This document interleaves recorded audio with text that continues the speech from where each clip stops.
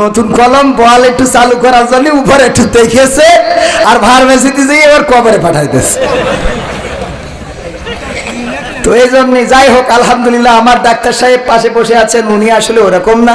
1 নম্বর পদ্ধতির নিচে 4টে ওষুধ দিয়েছে, দিয়ে বলছে ভাই 1 নম্বরটা আমাদের ছিল শেষ হয়ে গেছে, আপনি অন্য দোকান থেকে নেন। আর এক দোকানে গেছে, ও যে বলছে ভাই এই ওষুধটা তো আসলে অর্ডার করে আনতে হয়, তা আপনি যদি অর্ডার দিতে বলেন তাহলে অর্ডার দিবেন। তো বলছে না আমাদের তো এখনই লাগবে। আরেক দোকানে গেছে, সে যে বলছে ভাই এই ওষুধটা তো ফ্রিজে রাখতে হয়, আমাদের এখনো ডিপ ফ্রিজ কিনা হয়নি, তো এই জন্য ওষুধটা নেই। আরেক দোকানে গেছে, যে বলছে দেখেন দিন এই ওষুধটা আছে কিনা, বলছে ভাই এই ওষুধ তো বেকায়দা ওষুধ, কার এই রোগ হয়েছে? তা বলছে যে আমার এক আত্মীয় বা আপন জনমুখীর, আমার ভাইয়ের বাপ বা দুলো ভাই। তা বলছে আল্লাহ ও তো যা খাতি চাই খাওয়াই দিয়ে, জীবনের শেষ খাওয়াই দিয়ে, এই ওষুধ যা লেখে সে আর বাঁচে না। ও তো সে বেকায়দা অবস্থা যে হয়েছে, সামান্য পেট ব্যথা, এ কি ওষুধ লিখেছে শেষ খাওয়াই পাবে। ডাক্তারের কাছে গেছে, যে বলছে স্যার এই ওষুধ লিখেছেন নিচের সাইডে তো পাইছি, উপরেরটা পাইনি।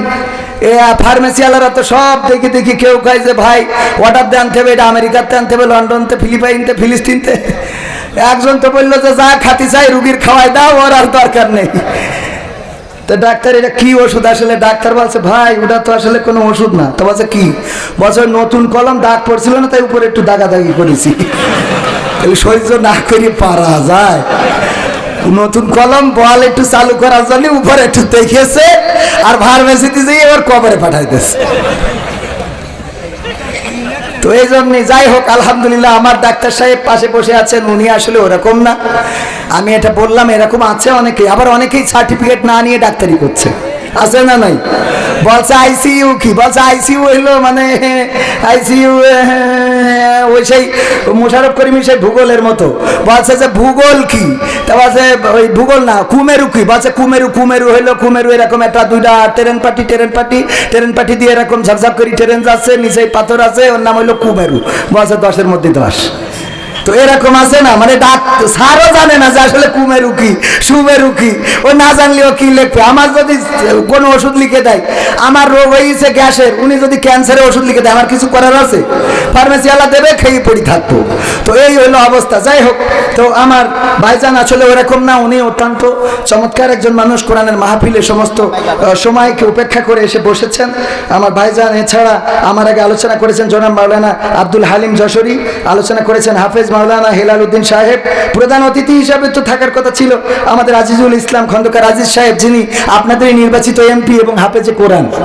হ্যাঁ, কোরআনের হাফেজ না উনি কিছুটা? হ্যাঁ আলহামদুলিল্লাহ। তো 11 পাড়ার হাফেজ আলহামদুলিল্লাহ। তো এরকম হাফেজে কোরআনদের সংসদে দেখার দরকার আছে না নাই?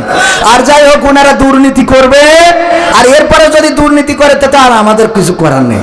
আমাদের যা করার করেছি, বাকিটা ওদের ইচ্ছা, ওদের মন মর্জির পরে।